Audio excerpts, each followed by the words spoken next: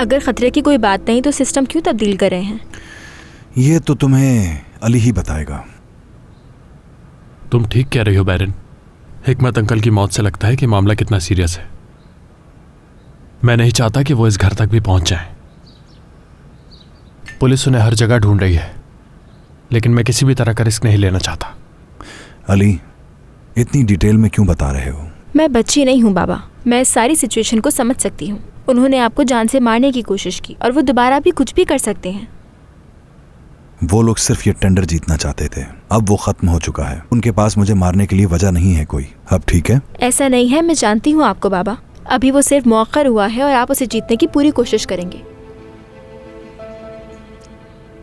अली, चलो हम चलकर कैमरास चेक कर लेते हैं। ठीक है। बाबा, आपने बताया नहीं आप करेंगे या नहीं?